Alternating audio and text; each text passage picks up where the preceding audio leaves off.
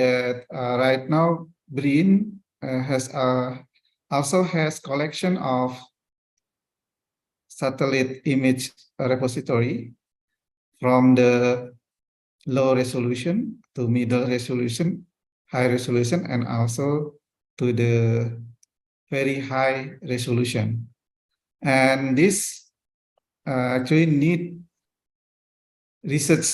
need some projects to do something on that data that we can have knowledge about it.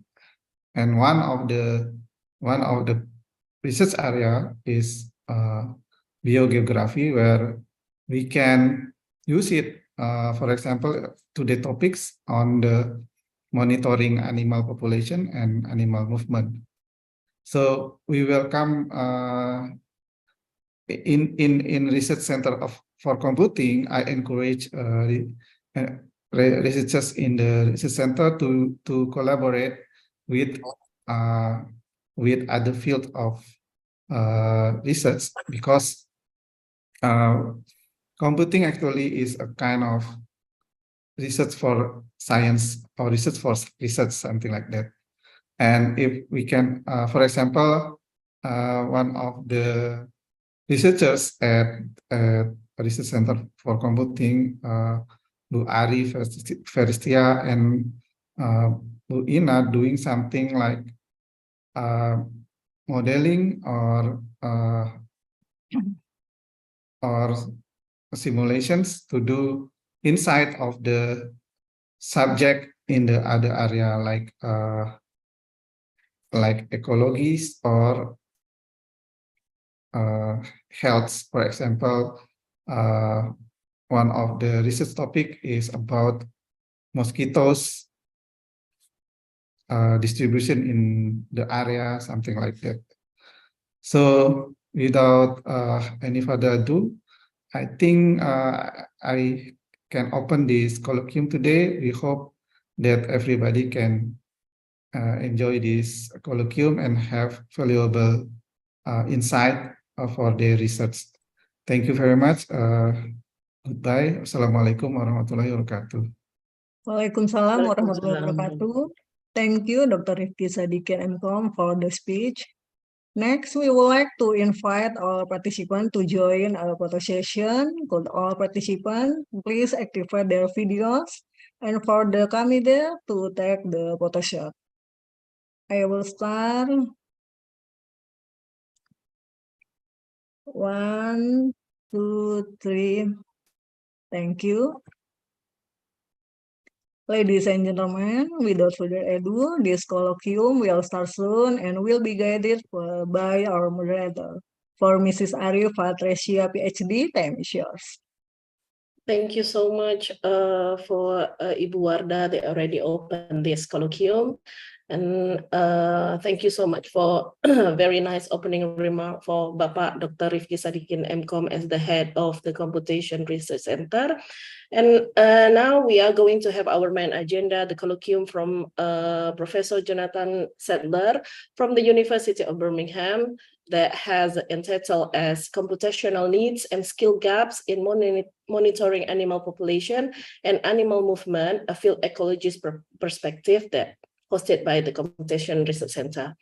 So before the speech, I would like to read a short biography from Professor John Sadler. Professor John Sadler is finishing his study in bachelor and master degree from University of Birmingham, UK, and his PhD from University Sheffield with SERC Case Award. And Professor John Sadler is one of the professors in the University of Birmingham since July 2012. His active research is MEFA, it is Mapping and Enabling Future Airspace from Engineering and Physical Science Research Council. John Sadler's research focuses on the ecology of two very different environments, riparian and urban, that are subjected to periodic disturbance by either natural or anthropogenic processes.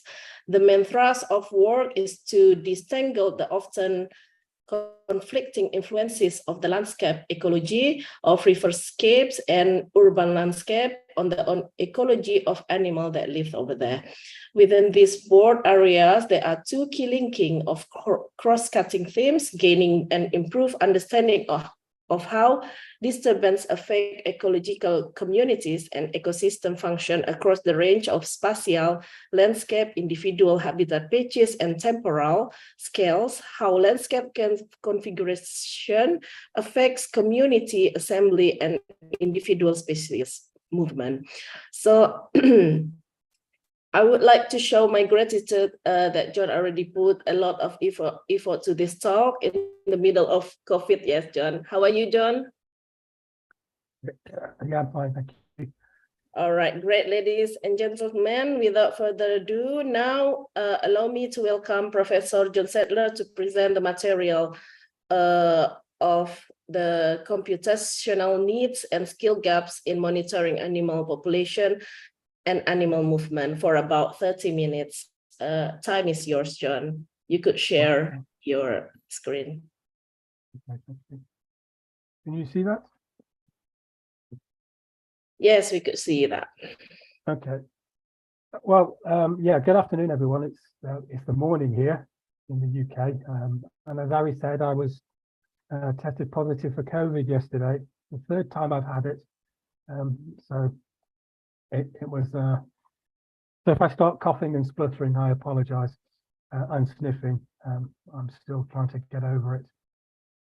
So I should, I mean, when I was speaking to Arie about what to present here, I should have a little bit in terms of kind of matching what I believe is your remit, you know, with a stronger computational focus, because I'm not a computational ecologist. This is what I do. I work at the University of Birmingham. I've got a lab of about 20 researchers currently, which I share with my colleagues, Tom Matthews, Laura, Graham, Arie, Tom Pugh, and David Hanna. I'm a field ecologist, so I study plant and animal populations in the main, wide range of organisms, from insects to bats to birds to mammals. I'm well trained in and proficient in statistics in R, but I'm not a mathematician. I'm not a computational scientist. So what I'm going to do today is I've got a few aims in mind. My plan is to kind of explore some research areas that we undertake in Birmingham in the area of animal ecology and biogeography that our lab's currently working on, and identify areas where ecological data sets are lacking in terms of their capacity to be applied to conservation problems that are global issues, like, you know, the impact of climate change, land use, land cover changes. I know that from the work that Arie's done, the sorts of things that are relevant to Indonesian diverse landscapes. I'm going to highlight areas where computationally intensive activities are needed, and where working with computational scientists is actually going to help ecologists generate and improve the quality and representation of their data sets. And then finally look to kind of emerging areas of new technologies, automated real-time data collection, and machine learning type algorithms that we do utilize in ecology up to a point. I've used them myself, K-means clustering and a range of other more straightforward machine learning approaches, and just push some ideas out to you so that you can get a sense of the sorts of needs that I have as a field ecologist. So I'm going to do it in this way. I'm going to think about the sorts of ecological studies that I've been doing, particularly in urban areas, and think a little bit about the quality of that ecological data set, and think about the shortfalls of it, the problems that we've got, and where a kind of more intense computational angle might actually help us generate better data sets. And then I'm going to walk you through how I would approach some analytical problems utilizing my kind of frequentist sort of R-based statistical approach, and then point towards some emerging areas where new technologies, new ways of doing stuff are opening up opportunities where the sorts of computational facilities that your research lead was talking about might actually be really useful in helping an ecologist like me do better science, really. And then we'll wind up with just some straight conclusions. I thought just to start, it might be worth thinking a little bit about the sorts of data sets that we routinely capture. So this little plot here just shows the types of data that we're interested in as ecologists. And you could wrap them up in terms of what I would call assemblage metrics. So that would be species richness, that's the number of species that you find in a particular environment. Species abundance, that's the overall abundance of all species in the environment. The population of individual species, that's the number of or abundance of individuals within a particular species. And then the diversity of those species within that environment. So diversity can be measured in a myriad of different ways. 250 algorithms for measuring diversity exist, but it's a combination of those two things, species richness and species abundance, that give us our diversity measurements. So this little schematic here just gives you an indication of two different communities that have got same abundance, same species richness, and their diversity is going to be pretty much the same. Now, when we're doing our study, what we tend to do is look for environmental covariates, which we'll utilize to try and understand the patterns that we find in these assemblage metrics that I've just been discussing. And we do that typically using remote sensing data sets to monitor land use and land cover change, and also to draw down things like climate data sets, but also topographical data sets such as DEMs. And we would derive that from the data sets that are available to us. And I'll talk a little bit about Google Earth Engine and the way that it's transformed some of the work that we've been doing a little bit later on, because there's new developments in cloud computing have allowed us to, it's a lot easier now to actually generate these covariates, which we're going to use to try and understand the variability in our assemblage metrics. So these data sets on species richness, species abundance, come in a range of different ways. They can either be point source or occurrence data. So imagine going to an area of rainforest in Indonesia, counting all the birds around a point. That's the point source data, or maybe laying out some camera traps and getting point source data from the camera traps when some after tigers wander by or whatever it is. It's either a point in space captured at one point in time, or we can have track-based data where we've been monitoring the movement of organisms, and typically we do that utilizing some kind of mark recapture type technique, mark recapture recite type technique, or by sticking little GPS tags on these organisms or radio tags and relocating them in space and time. And that gives us tracks. So they're typically the sorts of data sets that we're interested in deriving. Now, field ecology can kind of, ecological studies can take place in a range of different ways. They can be empirical and field-based, as we've just described, where you go to a landscape and you would say monitor bird species abundance, and you move around that landscape and you'd monitor how bird species abundance and species richness of birds varies over space and time. And I would call those empirical field-based stuff, and it's the sort of work that I've spent most of my career actually undertaking, going out into the field, monitoring animal populations at particular points in space, at particular times, for particular reasons.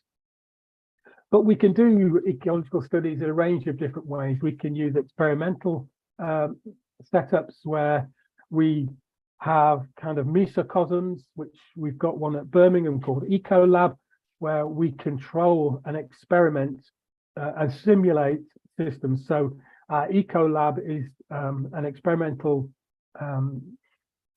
facility that's set aside to study freshwater environment. So we've got lots of recirculating small channels, and we can subject those channels to a variety of different sorts of experiments. So we might want to warm the temperature in these channels and replicate that temperature warming to have get an understanding of whether warming temperature via global warming is going to impact the community function of a particular a community. Or we can utilize physical models such as metapopulations or spatially explicit modeling of population approaches, where we are literally generating a model. We're focused directly on the processes that generate a population, and we run those models. They're numerical models based on components of generally births, the number of deaths, and the movement between patches in the landscape. So immigration and migration between patches, immigration out of patches, birth, deaths, that generates either a surplus, so we have population growth. So if we have more births than deaths, then the population will grow. If we have more organisms moving into an area than moving out of the area, we have population growth. And obviously the flip is obvious. If you have more deaths, then you've got population decrease. So those models are hardwired, and we can utilize them to kind of simulate maybe the impact of climate change on maybe, I don't know, populations at the edge of their ranges, for example. And then we could utilize a range of secondary data sets such as the GBIF repository and a run of secondary data that has been kind of collated and pulled together to provide more replication across particular ecological study types. And I'll talk a little bit about the PREDICT database and the BioTime time-based database in a second. And then we can have passive kind of approaches to monitoring, well, it might be camera traps, but it could also equally be audio recorders that are put out in the landscape, and they generate data and they constantly monitor. So at any one point in time, they're ticking away. If the animal walks past the camera trap, you get an image. If the animal starts to sing, and then in your acoustic monitoring systems, you get some data. So I want to kind of explore some of the shortcomings in ecological studies in terms of the way that we go about generating data sets. So this is just an example from Birmingham. This blob in the middle here is the city.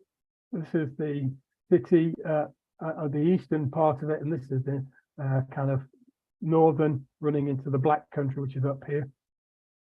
It's been classified in terms of its habitat. So these colors relate to a classification of landscape. So obviously the green are more wooded landscapes and the red is more urban landscapes. And these are 1 kilometer squares. So what we did is we downloaded data sets, remote sensing data sets, and we classified each kilometer square into a kind of urban classification. So the green are more rural on the fringes of the city, they're more wooded, and the red are highly urbanized, got very little in the way of vegetation. So typically what we see here then is a gradient of change, okay? And that gradient replicates the urbanization process, moving from what are essentially rural areas to highly intensively managed urban areas. It's a gradient in space. And we call that thing a space for time substitution. So what we would generally do then, and these little dots indicate some of our sample points, is we go out into this environment and we sample across that gradient. We might count birds, we might count bats, we might count moths, we might count bees, we might count beetles, whatever it is we're interested in. And indeed, we've looked at all of those organisms in Birmingham. So what we would do, we would sample across that gradient, and our idea is that this space gradient is a substitute for time. Okay, so if you can imagine one point in time undergoing urbanization, our idea is that that gradient across the spatial patterning is a temporal proxy, a proxy for time. We'll come on to discuss the problems of that. Now, when you do that, this is some work that one of my postdocs did some while ago, looking at the diversity of pollinator species. And in the UK, pollinator species, in fact, globally, have undergone a bit of a decline in their abundance. So if we move back, these things here are those classifications of the individual sites. And what we've done here is we've just binned them into 3 classes, which we've called urban, suburban, and rural. And all we're doing is looking at some of those metrics I was talking about. the abundance of the organisms depicted on this plot here, and the species richness of the organisms, which is shown on this plot. We've got three groups. We've got bees, we've got hoverflies, two key pollinator groups in landscapes in the UK, and then we've got a total abundance and a total species richness, which combines all three of them. And what you see are patterns in space, and it's an obvious pattern where the abundance of pollinator species decreases as areas become much more urbanized. Now, once you've got that, and once you've captured the covariates associated with it, you can start to unpick the sorts of processes that are causing this decrease in abundance and this change in species richness. And these little plots here are individual species. You don't need to worry about their names. And all it is a little GLM, a generalized linear model, depicting the pattern in the abundance of these organisms in space and time. You've got these little contour plots, which are the predicted number of organisms utilizing a generalized linear model. And these red arrows are the vectors. These are the environmental variables, those environmental covariates I was talking about, that we've utilized to try and understand change. So you can see that some species, for example, this one here, do very well where you've got a build-up in urban areas. So this is the amount of built urban area within 2.5 kilometers of the site. You can see some species do well in urbanization, and you can see that other species do poorly because you've got zero being predicted. And the other thing that's key for the pollinators is the abundance of flowering plants, and that's captured by this little vector here, flower for abundance. So all I'm doing here is utilizing space for time. We've done a lot of work in urban areas looking at the structural function of landscapes and the way that landscape patches are configured and linked together, and how that might actually enhance or not enhance animal movement. And this is a study that James Hale, another one of my postdocs, did, looking at movement of bats in the cityscape. This is the same city, it's Birmingham. We've got our same base map here. It's colored differently, but we've got highly vegetation rich areas down here in the east of the conurbation, and we've got much more urban areas in the middle of the conurbation, and we've got variety of vegetation and tree line structures across this space. So what we did is we looked at bat diversity in little lakes. So what happens is the bats stay over, they are not active in the day, as you know, and well, unless they're fruit bats. At night time, they leave their roosts, their daytime roosts, and they go to feed. And we were interested in whether connected tree cover enhances or doesn't enhance movement. So what we're doing here is we're looking at a space for function surrogate, okay? So we're saying if we've got connected tree line landscapes around our lake, we're going to get more bat activity because they're utilizing that connected landscape to move from their roosts to their feeding places. And this is, we study that we monitored these bats utilizing real-time bat detection. So it just recorded all night, and then we pulled in the data. We ran through some algorithms to quantify and identify the species that are active, and we've got species richness and the overall activity of bats around these sites. So some kind of processing activity there. It's just a really very, very simple machine learning algorithm, not very complex at all. So what did we find? Well, what we found is something that was really quite interesting. So this is a bit of a tricky plot, isn't it? So it's a box plot, a co-plot, and what we've got here is connected area. That's the amount of green. So if we move back, whoops. So it's the amount of green within the surrounding area of a site. It's on axis X, and on the Y-axis, we've got the total bat activity measured in minutes for a particular species. Just happens to be one of our most common bats, Pipistrellus. And what you can see is that in rural landscapes, the amount of connected landscape really doesn't matter in terms of bat activity. But as you move towards urban areas from D to C to B, and A is the most urbanized area, what you find is that the movement of those species is strongly associated with the level of connected habitat. And that's because fragmentation as urbanization takes place has the impact of reducing movement. So if you've got more connected landscapes left in urbanized spaces, then they're very important for the movement of those organisms.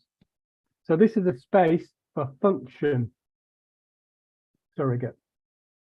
Okay, so there are a number of issues associated with these kind of studies. Typically, we base them on one taxa group. We might base them on one field location, i.e. a city. I've given you 2 examples from Birmingham. We might base them on an area of rainforest. The other problem is that you can't be sure that the gradient that you've measured is a good proxy for either time or the structural things that you're interested in. So you're making an assumption that that gradient is a proxy for the things that you're interested in, and that need not be the case. And typically our studies are of limited spatial and temporal extent. So we might, I know for these particular projects, we had 30 sites for each. So that's 30 sites across the whole of a large city, which is not a lot. So that it's limited spatially, even though it's sampled across a gradient carefully. And the temporal extent, these were 1-year studies. So we've got small chunks of data being captured. And we would typically analyze this in a regressional framework, and I'll talk a little bit about that moving forward. Not necessarily an issue, but there might be better ways of analyzing those data. So there are problems with this. So those studies captured those metrics in terms of species richness and abundance and diversity. To understand population, you need to go about it in a different way. You need to know what individuals are present within a population. This is some work I did in riparian landscapes with Adam. This is PhD study actually, which is in rural Wales. These things are gravel bars associated with rivers, and they're associated with a very rare run of beetle species that are of conservation importance in the UK. And what we were interested in was trying to understand whether the types of habitat on the bar and the frequency within which that bar is flooded due to river floods had an impact on the outcomes. Now, we wanted to know what the populations were. So the only way we could do that would be to individually mark these organisms. So you can see this. This is a tiny little beetle. I won't bother you with its name, but you can see that we've painted a unique code onto this little individual. So you paint a unique code. So then you know, if you like, the name of every individual because you painted a code on it. You let it back into the environment and you keep resampling it. And that's a form of mark, release, recapture, which allows us to utilize through that process of recapturing using Jolly Serber population models, the overall abundance of the populations in space and time. And what we can do then is we can predict overall population. So here we've got our populations predicted from this basic model structure, which is an estimate of a population utilizing the number of recaptured individuals. What I would like you to notice is the level of the confidence intervals on these bars. It takes a very large amount of work to recapture enough of these to give you very secure population estimates. So what we've got is quite a bit of overlap in our confidence intervals utilizing this modeling approach. And that's not unusual because it takes a lot of time to recite and recapture these organisms. This little plot here just shows the number of known movements across the river between the gravel bars that form part of that fluvial network in the catchment of the River Severn in Mid Wales, where we did the work. So a useful byproduct of this is because you know what individual is, you know that it's moved directly in space and time. Now, that's a very small study, and what it showed us is that if rivers are disturbed heavily, then the populations of organisms are reduced quite substantially. And indeed, if they're disturbed frequently, then movement between the patches in the river is enhanced. So the more flooding disturbance you get, the more movement you get from the organisms. And that's telling us something about how the system functions and how it operates to support high levels of conservation importance. So another example of a similar sorts of study, this is some movement work done by Emma Rosenthal, PhD student of mine. And we monitored a range of 27 sites on green corridors in the city, and we were interested in the movement of bird species. And the way we did that is we individually ringed, utilizing a metal ring, it's depicted here, put a color ring on, and you go out with mist nets, a bit like you would do in the rainforest if you were trapping bats. You put out mist nets, the birds move around through this landscape, they get captured in the mist nets. And because it's a known individual, because you know what the ring number is, you can calculate overall population, but you can also calculate and understand where these organisms moved in time. Birds are a little bit easier to work with than invertebrates, obviously, because they're bigger and they're more visible. And you can also use different forms of rings. So these are rings with a unique identifier, and they're visible from a distance. So in this kind of study, your resighting of an organism in space can take place with binoculars. You don't need to recapture it in a mist net. Okay. So during this study, we spent 12,000 hours of effort capturing animals with 1,000 organisms ringed and 247 movements. So that's 12,000 hours for 249 movements. So that's a lot of work for relatively little data. What did it tell us? It told us that if a bird was born in an urban area, then when it fledged and started to think about moving, which most birds do when they grow into young birds, they tend to move away from their natal environment. If they're born in a heavily urbanized ringing state, they will move away from that to a different area. And the way they do that is they move from less connected to more connected sites. And this is just a little logistic regression model that shows that movement depicted here.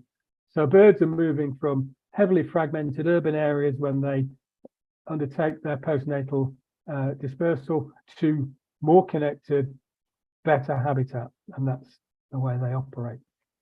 So we can utilize those data also to generate population numbers.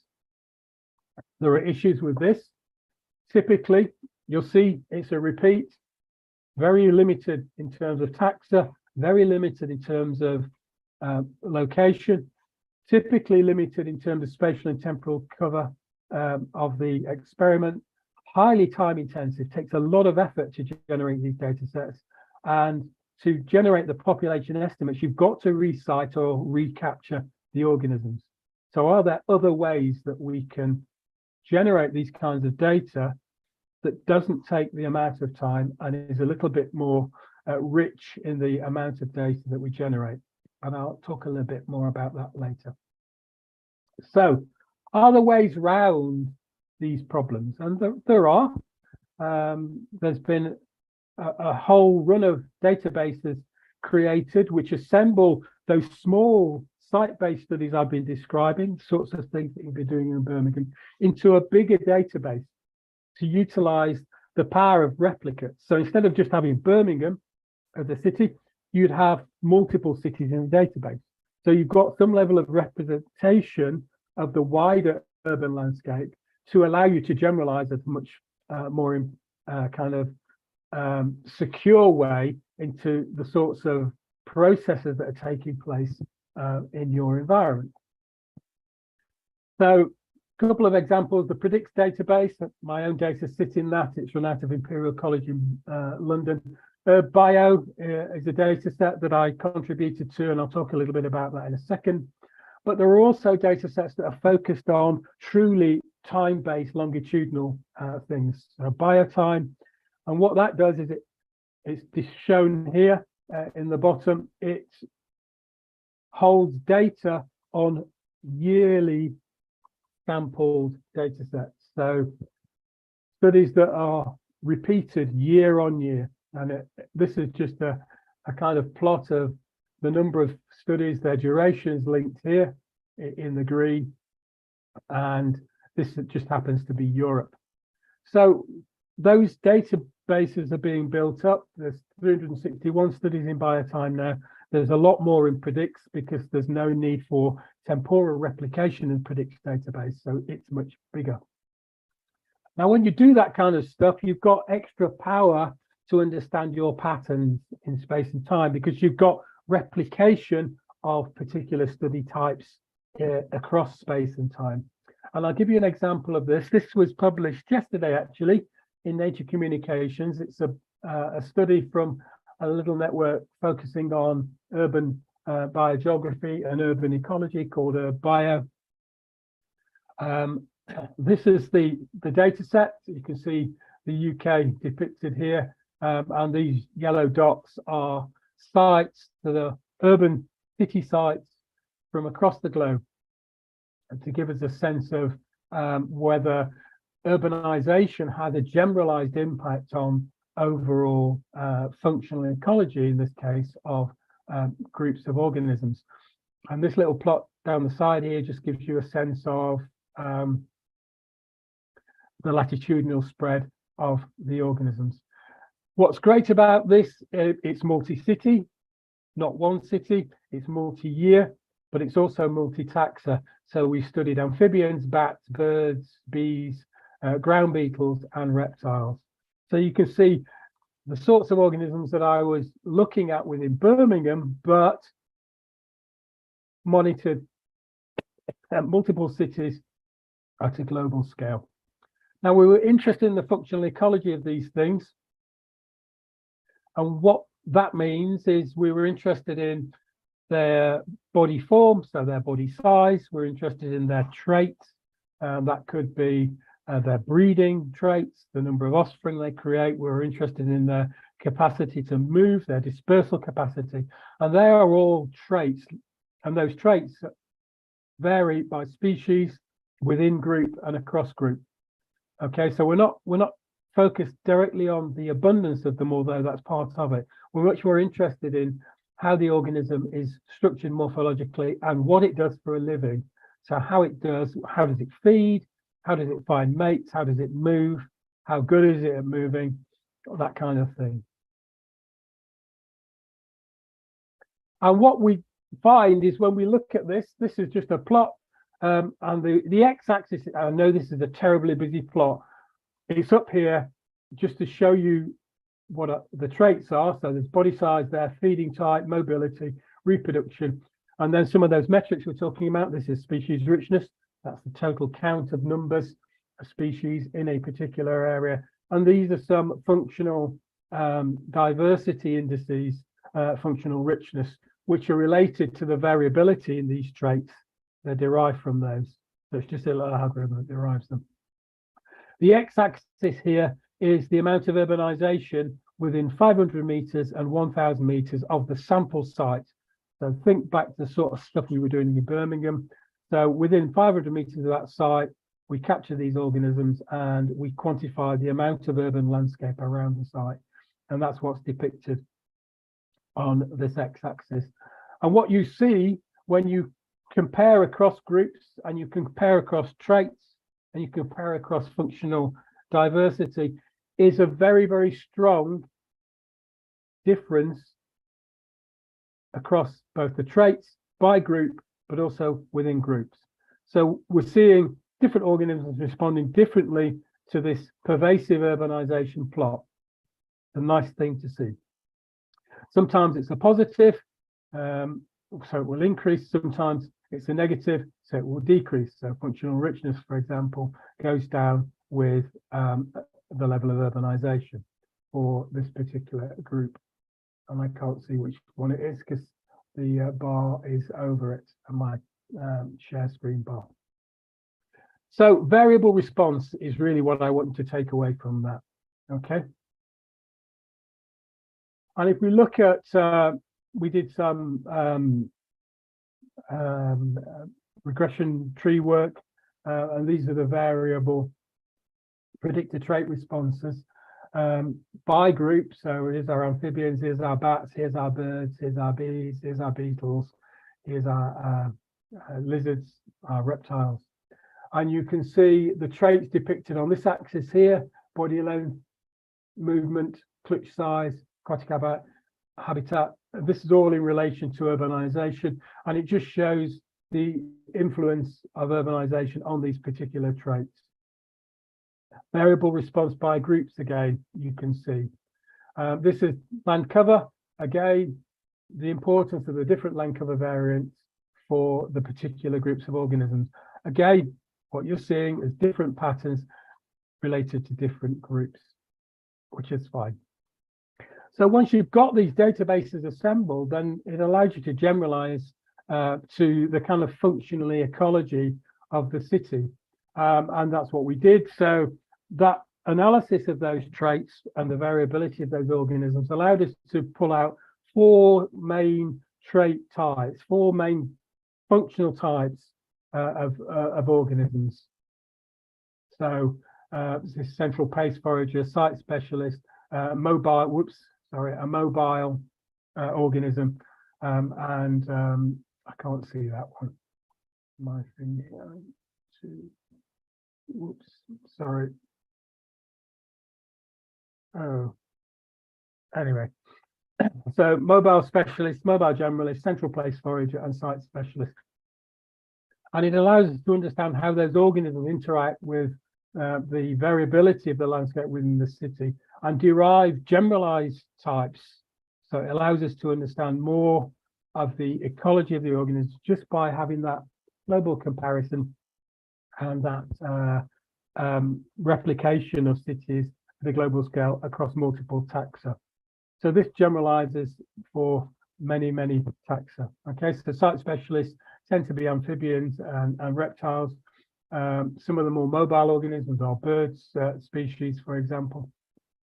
Central place foragers, birds and bees, for example. So it's allowing us to characterize the types of organisms associated in space.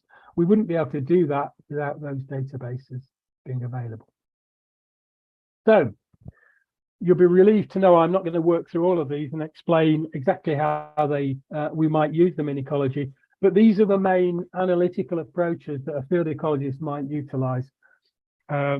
I'm old enough to remember having to hand calculate ANOVA and linear regression as a young student because the computational facilities weren't available for us to automate anything.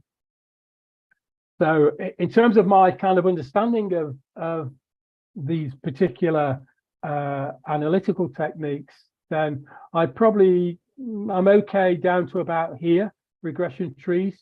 Done some work with ensemble SDMs, but deep learning algorithms are not on my menu of things that I've generally studied or utilized.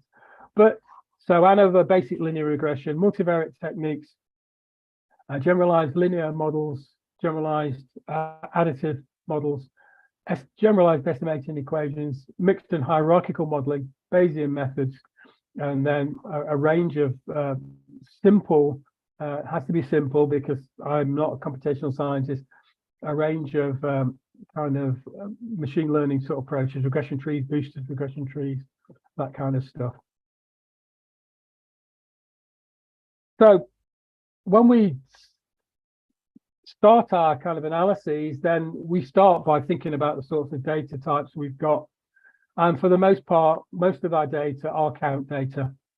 The count's just a count of the number of organisms at a particular site. We might have continuous data. So let's imagine that I'm interested in, I don't know, the weight of nestling bird species in nest boxes in the city. So every week I weigh the measure and weigh the birds in the nest. And that's a continuous run of data, not a count. But we might also have proportions. That could be the gender balance. So it could be the number of females in proportion to the number of males. And we could just have straight occurrence data, presence absence data. So when we're thinking a little bit about our regressional approaches, so GLMs and GAMs, then the type of data we've got dictates really the sorts of analytical approaches that we might utilize. So for the most part, I spend most of my time working on Poisson, quasi-Poisson negative binomial models, and to a lesser extent, binomial models. The sorts of regressional frameworks that I typically would use. So when we're dealing with these sorts of data sets, then there's a run of different things that come into play. And really what we do is we walk through a kind of decision tree. We explore our data. We try not to transform data sets if possible. And we look at the structure of our data and we try and figure out whether it's a linear relationship between our response variable and our covariates, or whether it's non-linear. If it's linear, we'll go for some kind of linear modeling approach. If it's non-linear, we'll go for an additive modeling approach. And then we'll look at the homogeneity across the data set and try and understand whether it fits to the parameters that we might utilize for both linear and additive modeling. So is it normally distributed, for example? Is the variance across the range of organisms that we sample homogeneous? And if not, then we'll operate in a slightly different way. So what normally happens is we end up in the world of generalized Poisson linear, generalized Poisson additive modeling. And as part of that process, we looked to try and understand whether our data set has got any issues in terms of its dispersion. That's the balance of the mean to the standard deviation. Over dispersion in these models leads to a negative outcome in terms of the quality or validation of the particular statistical model. If it is over dispersed, we'll deal with it in a different way. We might use a quasi-Poisson or a negative binomial. Now, over dispersion can be generated by a range of different things. Could be, particularly me, a missing covariate that we've not measured, one of our explanatory variables. It could be some structural dependencies in the organisms that we're measuring, i.e. they're linked in space, they're linked in time. Now, to deal with that, what we would typically do is we'd utilize a hierarchical model to control for the lack of independence. And what we would do is we would either look for the kind of four things that lead to dependency in our data, because remember, our regression models, what the key assumption is that each individual sample point is independent of the others. And that's a very crucial kind of assumption. So there are a range of ways that the independence can be impacted. There could be spatial dependency, i.e. sites that are close together are much more similar in terms of the organisms that they've got because they're linked by movement patterns, and that movement decreases as space increases. So as the distance between sites increases, they become more dissimilar. If they're close together, they're more similar. That's a level of spatial dependency. It's structural, it's wrapped into the data set, and we need to be able to account for it in some way. It might be that we're repeating measurements on individuals. So again, think a little bit about measuring individual bird species for their body mass. If we repeat measure individual birds, then that's a repeated measures. So it's one individual you've got the data from, and we need to be able to control for that lack of independence of the data point by utilizing an analytical approach that captures that. There could also be temporal dependency in the data set, could be seasonal. We could be monitoring across a year. So we're going to have different responses in the breeding season to the non-breeding season, that kind of stuff. So some kind of temporal patterning. And we know that over time, point A here and point B there are different the greater the length of time between the sample points. So there's a temporal dependency that can get in the way. And lastly, if we're looking at a group of organisms, then there's phylogenetic dependencies, insofar as that groups of species that are highly related are much more likely to share particular functional ecological traits like movement traits, breeding traits. So species that are very related within a genus, for example, are much more likely to be similar to each other in terms of their trait-based ecology. And if we're interested in that, we need to capture that phylogenetic dependency in our data sets. So how might we do that? So if we've got spatial dependency, we might nest our models. We might have a random factor that's site and pop that into our model to allow us to capture the relationship of those sites to each other. If we've got repeated measures, we'd use a repeated measures approach where we're telling the regression model that it's the same organism that's being measured in time, and the autocorrelation that's captured in those repeated measurements is captured in the analytical framework and no longer is a problem. And that would be the same for any kind of repeated measures sort of study.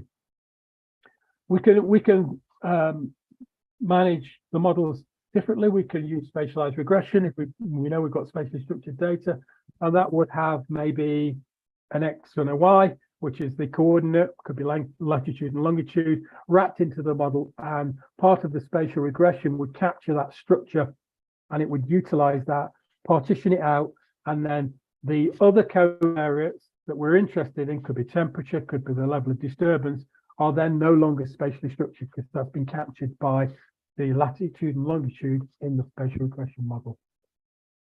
If we've got time series data, we could utilize time series modeling for that, or we might just use some kind of autocorrelation structure, an armor structure, or a core structure wrapped into a generalized linear regression model.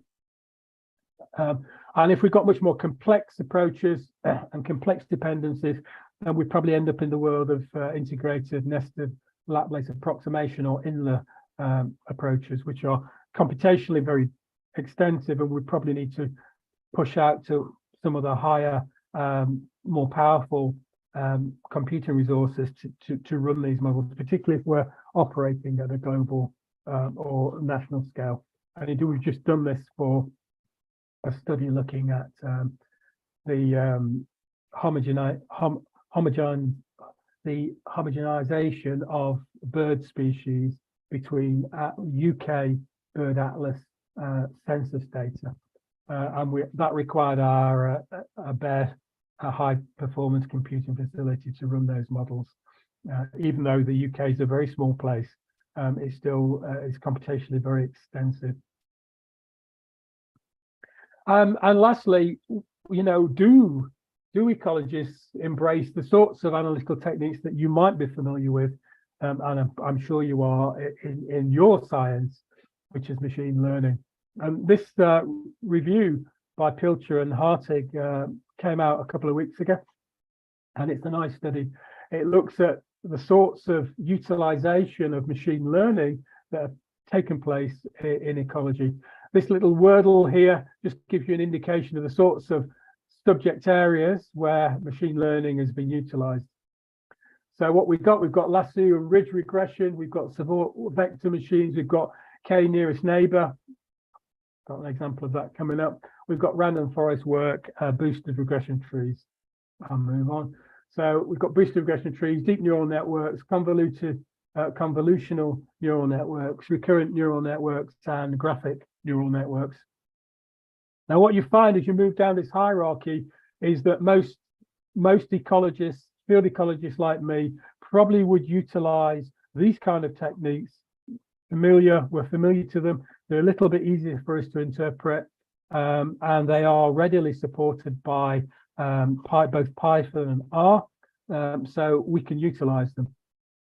These ones down here, particularly things like convolutional neural networks, are not generally utilized by ecologists. They're utilized in studies that look at, I don't know, maybe camera trap studies where you're trying to identify the species. From camera might be some kind of maybe audio study where you're identifying species of bird from their song. So these convolutional neural networks require much greater data supply than we would typically capture in field ecology, and tend to be utilized for those kinds of image and breaking down of spectral responses from maybe bird songs. And indeed, many of the real-time bird song identification apps. So Merlin, for example, have a look at that. It's run out of Cornell Ecology Lab, use convolutional neural networks to do their machine learning, so that the database has been trained on known bird song, and then in real time it will capture bird song for you. It does error, incidentally. I've used it quite extensively. It does make errors, but it's actually fantastically accurate. So these sorts of approaches for data-rich sorts of problems, we don't, as a field ecologist, I probably wouldn't interact with them as much as you would as computational scientists. And part of the reason for that is that it's very easy for me to understand the components of a linear regression, because I've just got an intercept and a slope value to unpick. But as I move up towards deep learning methods, then the interpretability from my perspective becomes more problematic, because I'm not a computational scientist. So I don't really understand. It becomes much more of a black box. And I think you only have to look at how people have used species distribution modeling in ecology to realize when you're utilizing an approach like that and your lack of understanding is high, you can error in the application of those models. So I would probably be operating down here, because I know I can utilize these models. Up here, I'd be looking for help from you sorts of you guys in computational science to help me interpret the outcomes of these models and help me apply those techniques to ecological problems where I've got richer data sources. So it's about usability. I mean, all of these are generate. You can, I know you can run these in R. I know you can run them in Python, but the usage that I make of them is limited by the extent to which I understand what it's doing within the algorithm, and that's limited by my experience of the computational algorithms themselves. So having said all of that, we've worked through a range of different things. We've spoken about the shortcomings of those ecological data sets, the problems, the analytical approaches that we would utilize to kind of understand them. What's on the horizon that will allow us to kind of fix some of those problems? And I'm just going to point to a run of different things here. The blue ones I'm going to speak to. These ones you'll be reassured I'm not, otherwise we'll be here all day. I'm going to talk a little bit about cloud-based image analysis, some work that a current PhD student of ours has been working on, looking at forest deforestation and the patterning of patches of deforestation globally, which has been kind of supported by Google Earth Engine analyses, as well as a fair bit of coding in Python, particularly for the classification of the patch types. I'm going to talk a little bit about GPS technologies. We've got a current PhD student utilizing very small GPS technologies, looking at bird movement in cities. And that project's just started, so I don't have any data, but I can explain how it's working. And then Arie mentioned the MEFA project, which is one of my current grant projects, and that's a radar-based project looking at the use of radar in terms of tracking organisms in space and time. But there are other things, as passive acoustic monitoring. I've got 250 actually little passive ecological sound-based monitoring bits of kit, which are about to be deployed across landscapes to understand species assemblage patterning. They're not out yet, but you can also use the UAV. Your head of research pointed to some of the very high resolution satellite sources such as WorldView 3, 4 and GOI, which will allow you to find and spot animals. So animals on the Serengeti, so zebras, maybe elephants. They can be spotted from these high resolution images, and you can map their movement in space and time. Now, for these last three, the kind of go-to technique when you look at what they're up to is some form of convolutional neural network. which is way outside of my pay grade. I don't understand how they work, and I've never utilized them. But these sorts of approaches where you're trying to capture species identity from images, or capture species identity from spectral data sets, which are generated through acoustic monitoring, would you typically utilize these sorts of approaches? And it appears to be very effective.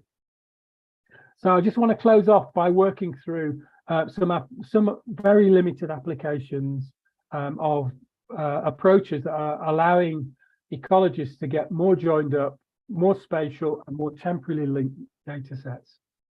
So this is some work done by Neza Azil, who is one of our PhD students, just submitted a PhD.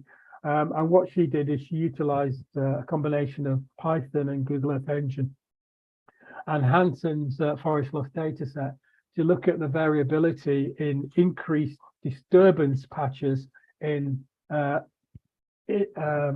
true forest. So what she's done is she's taken a land cover land use map and she's removed all the patch variability, the patch change that's related to that. And these are intact and damaged forests. The number of patches that she's identified utilizing that data set between 2001 and 2018 is 245 million patches. And you've got to, have to praise Google Earth and Google for creating this kind of cloud-based facility that allows you to do this quite computationally complex work at a global scale. Don't get me wrong, it still takes a very long time to run. And the patch differentiation was actually run on our bare high capacity computing, a bit like the one you were describing earlier, utilizing Python. But yeah, this just shows the number of patches identified and the count of those patches by space and time. You can see quite nice spatial patterning globally across those identified patches. This just shows a map of the Shannon diversity of the different patch types. So what Neza did is she was interested in understanding what the shape of these patches were. And the idea was, if we look at these kind of deforested area forests, what does the shape of those contiguous patches tell us about the agents that have caused that disturbance? Okay, so she ran a range of patch metrics, mean area, longitudinal shape indices, a range of different indices at a global scale.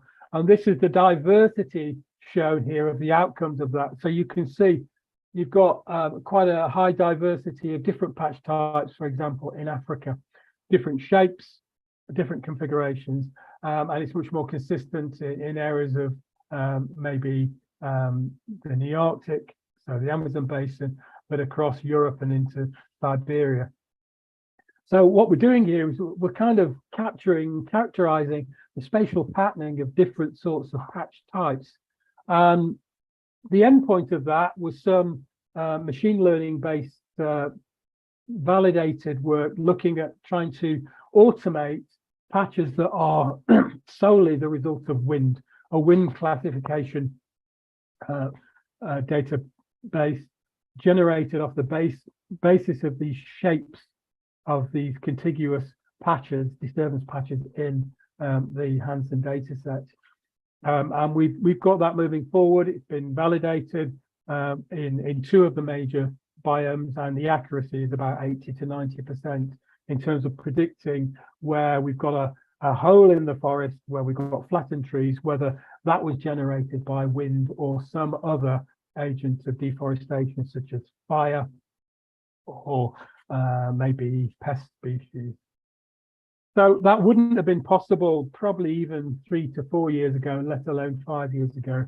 So this kind of computational stuff is allowing us to generate data sets that are important for ecologists because those patches are an indication of overall disturbance in intact forest landscapes, will allow us to quantify our biodiversity change by utilizing our understanding of that disturbance flux that we've created and the types of different agents that are generating the disturbance. So it's quite a powerful technique.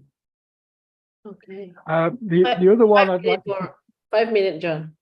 Okay, the other one I want to kind of pick up is radar data sets. So these constantly stare, they constantly measure data.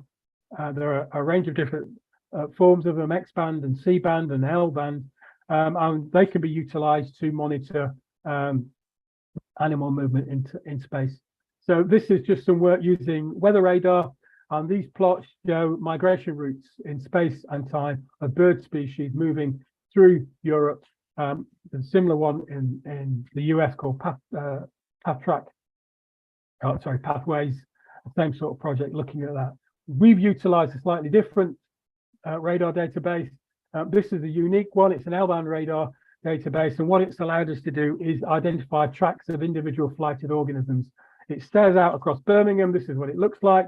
It's looking to the south of the city into the city centre, and this is a map of where it's viewing.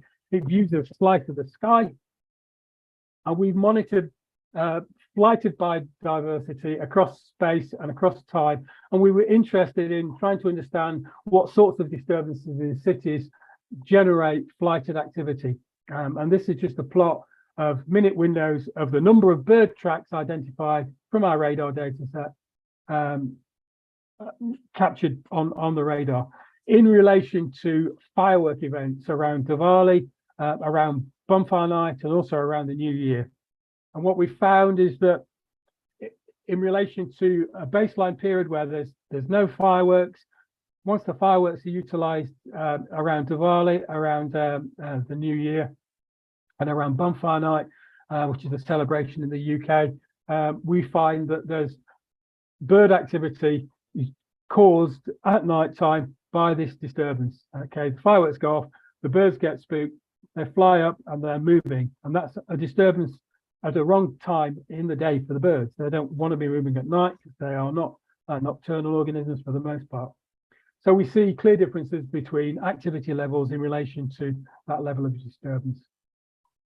Last one is the miniaturization of GPS technologies has allowed us to monitor organisms in over space and over time. This is just the technology itself, and these tags now are shrinking down to 2 to 3 grams, so you can put them on quite small birds. This is a European blackbird. And when you've got that, what happens is that the tag is supported by a solar panel, and when it comes in the range of a base station, it downloads the tracks. So you've got effectively almost real-time data. It can do it via Sigfox, it can do it by using the LoRa network or GSM networks, and it's given us real-time data on animal tracks. And because this kit has been miniaturized to a small extent, you can also capture other data on bird temperature, and say that an accelerometer can be placed on the tag, tell you a little bit about how fast the bird's moving. And when you've got that, you can understand bird behavior. You can find out when a bird has died, for example, because its temperature will drop, or when it's landed because it's no longer moving. So the accelerometer indicates it's stationary, and that allows us to understand movement across space and time in a much richer and more appropriate and full manner. So, bit of a whirlwind, I appreciate that. So I guess to tackle emerging global change issues in animal ecology, so extinction, climate change, habitat changes, it requires richer data sets that are fit for purpose. The sorts of space and time stuff that I've routinely done as a young ecologist have their place, but we urgently need longitudinal real-time data. And in terms of the real-time data, we need to be able to differentiate not just the taxa, but also identify individual organisms within a population. Okay, and the new and emerging sorts of techniques that I've just zoomed through at the latter part of this talk offer opportunities for computational support with working with ecologists to utilize those data sets and make the best of the rich data that's now being generated. Thank you. Thank you so much, John, for the material. It's a very comprehensive presentation, and we have lots of ideas come in because of lots of novelty that still needed by the ecological perspective. Now we are open for the discussion session. If there is any question, please you could text or raise your hand, or also send your question to the chat room. We are open for the first question maybe. There are also some of the participants live in Zoom right now, so there are also lots of okay, so one of the member, Kartik Chandra Mondal, please, time is yours. Yes. Am I audible? Hello. Am I audible? Hello? Hello. Yeah, am I Yes, audible? hello. Please? Yeah? Yes.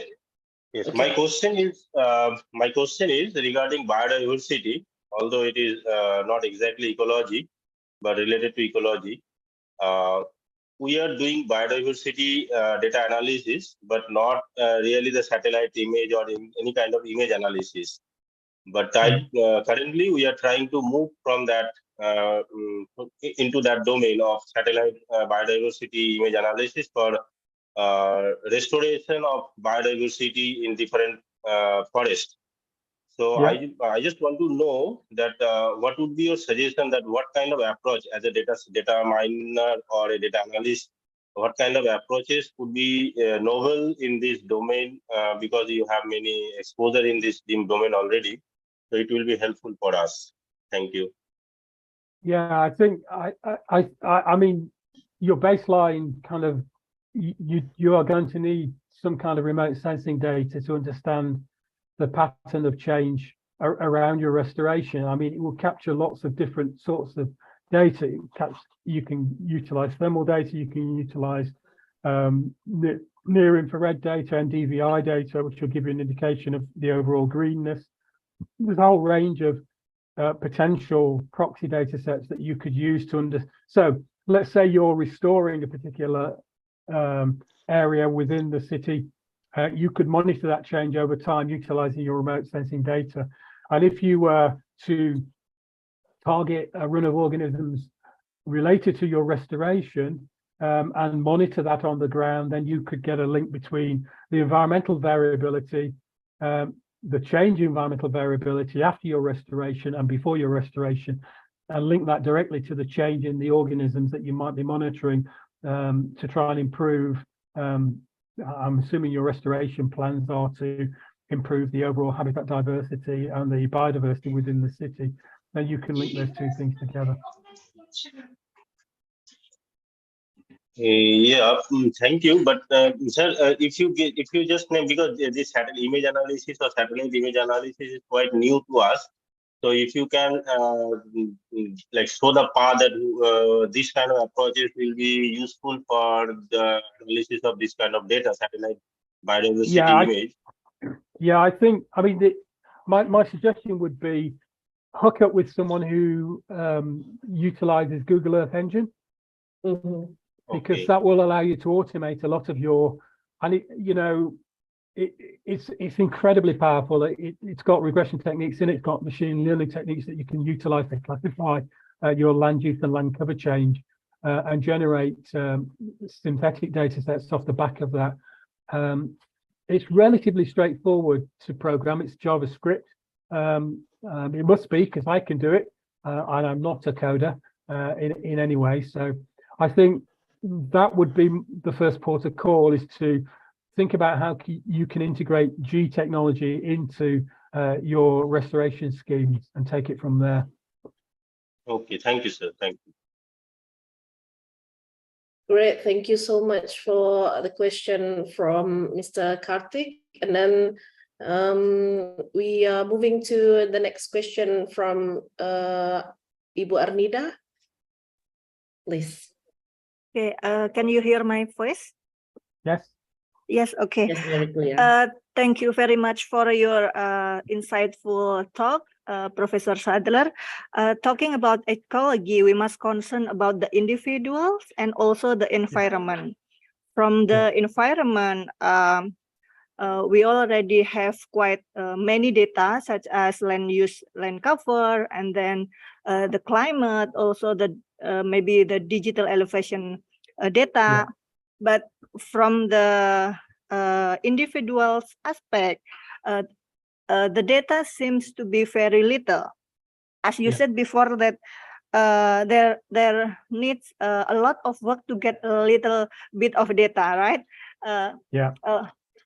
In our experience, we want to try to find the relation or the impact of the global warming to such species abundance, but we have kind of difficulty to find what is the data of the species abundance that we can use, because maybe for some we try to use IUCN data that maybe we can estimate the species abundance, but when we look deeply in the data is not so complete. Only maybe only for a few species and also only for a few years we have the data. There are many gaps of the years that we have no data. So maybe you have some suggestion what can we estimate about the species abundance, or maybe the data of the species richness?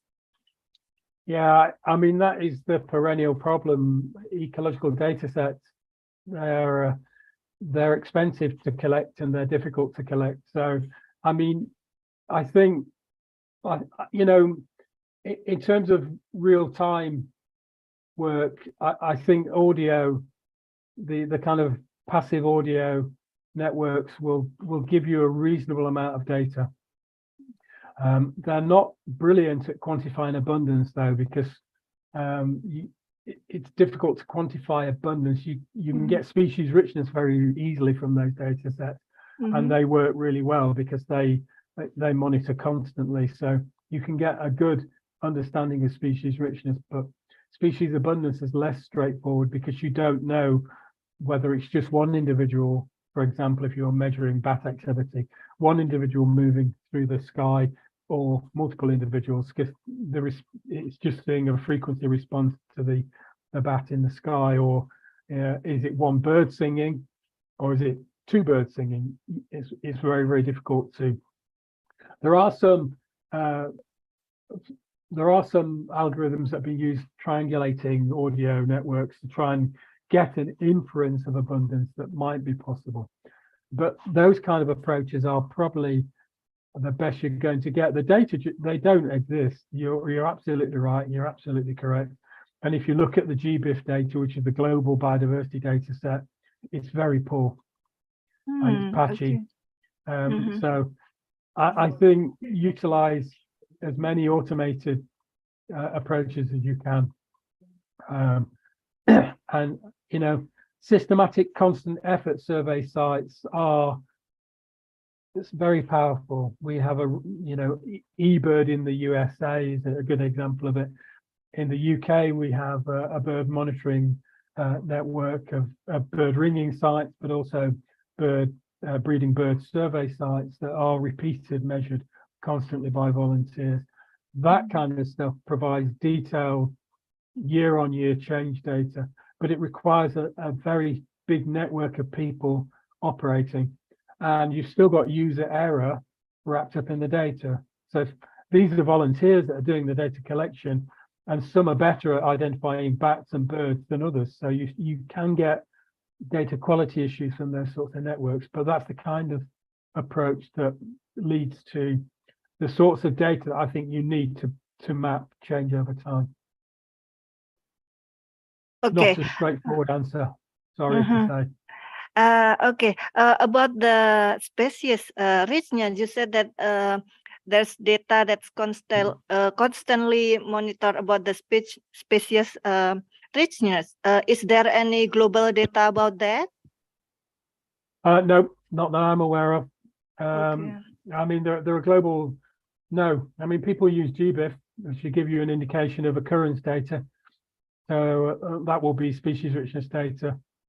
Okay, Which so will- it's still a local data set. Yeah, absolutely. And they're Okay. combined into large data sets.